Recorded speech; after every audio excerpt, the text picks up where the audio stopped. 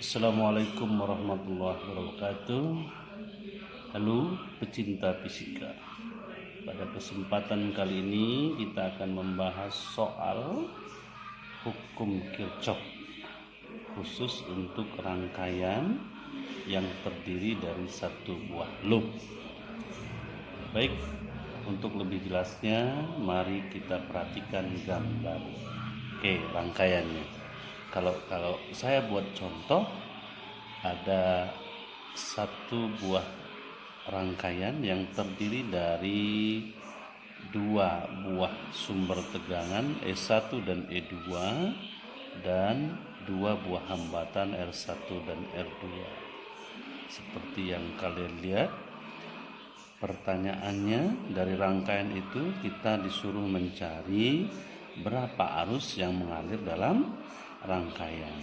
Oke, baik. Hadirin sekalian, pecinta fisika, untuk menyelesaikan soal tentang rangkaian yang sudah menggunakan loop, maka kita harus memperhatikan langkah-langkah pengerjaannya. Saya yakin kalian sudah diajarkan di sekolah.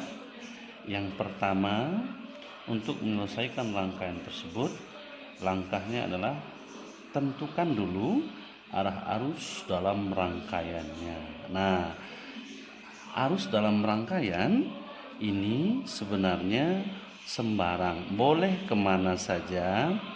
Cuman kalau saya menganjurkan tetap gunakan logika. Logikanya artinya kita tahu bahwa arus listrik itu mengalirnya dari tegangan tinggi ke tegangan yang lebih rendah. Artinya kita pilihkan dari yang tegangannya besar ke tegangan yang lebih kecil. Itu untuk yang kuat arus. Jadi artinya untuk arus kita tetap gunakan logika sederhananya ya. Yang kedua, tentukan arah loop. Ini pun juga sembarang. Jadi maksudnya ya terserah kita. Mau kita buat searah dengan putaran jarum jam boleh, mau kita buat berlawanan putaran jarum jam juga boleh. Yang penting nanti ada arah arus sebagai ada arah loop ya sebagai patokan kita nanti. Kemudian kalau sudah kita tentukan arah loopnya, maka langkah ketiga adalah gunakan syarat. Nah, syaratnya nantinya syarat sini maksudnya syarat hukum Kirchhoff yang kedua. Kalau kita lihat rumus hukum Kirchhoff kedua kan adalah sigma I tambah sigma I kali R nilainya harus sama dengan 0. Nah, di sini ada aturan main.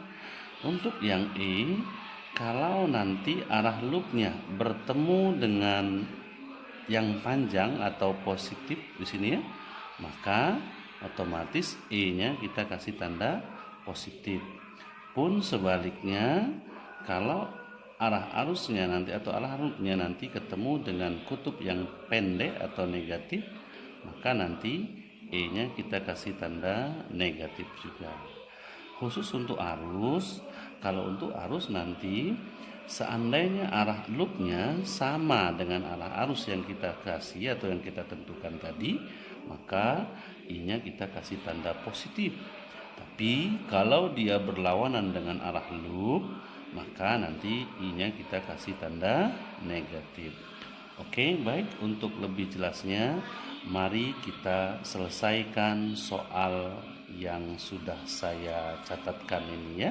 Oke, ini saya singkirkan.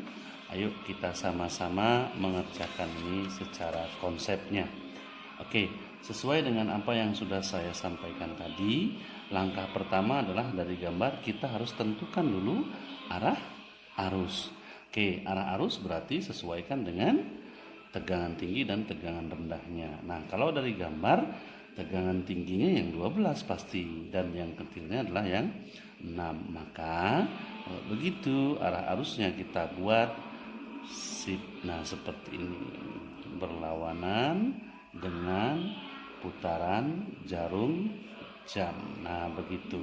Ini nanti untuk menentukan arah arusnya. Jadi sebenarnya dia sembarang, cuman alangkah baiknya kita tetap menggunakan prinsip-prinsip arus listrik.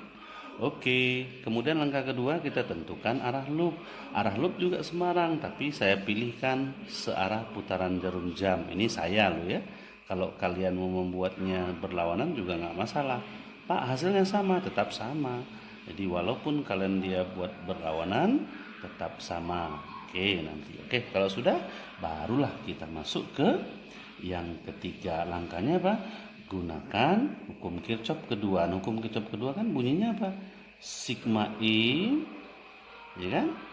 Tambah sigma I kali R, nilainya harus sama dengan 0. Inilah nanti.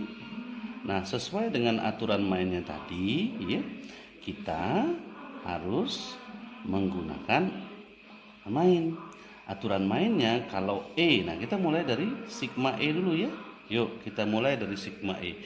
Pilih sesuai dengan arah loop kita mau jalan lewat mana. Nah, kalau misalnya kita mau jalan dari atas, oke, dari pojok atas, berarti kita coba jalan tuk tik tak tik tuk, ketemu yang pendek. Nah, yang pendek itu berarti tadi aturannya apa? Yang minus, berarti otomatis E1 kita kasih tanda min. Kenapa Pak? Ya karena dia ketemunya yang pendek. Nah, terus kita lanjut nih. Tuk tik tak tik tuk tik tak, ketemu yang panjang. Nah, yang panjang berarti kita kasih tanda positif. Berarti 12 nih kasih tanda positif 12. Oke ya. Mudah-mudahan bisa dipahami ya kenapa dia kok min 6 dan plus 12 ya. Tadi kita pilih sesuai dengan arah loop. Arah loopnya arah patokan jalan kita. Berarti kita berpatokan searah putaran jarum jam. Berarti kalau saya mulai dari pojok sini ya udah tuk tik tak, ketemu yang pendek berarti tandanya min. Tuk tik tak, ketemu yang panjang berarti positif. Tuk tuk tuk. Nah, ada lagi berarti ya udah sampai situ aja. Baru kita ke sigma I kali dengan R yang ini. Nah, ya sudah, kita coba lihat di situ arah loop dengan arah arus. Coba arah loopnya searah putaran jarum jam. Arah loop yang kita buat tadi arah loopnya searah putaran jarum jam ya. Oke, tapi arah arusnya searah berlawanan. Oke, sorry ya, berlawanan dengan putaran jarum jam. Berarti kalau begitu tanda arusnya nanti adalah negatif. Kenapa?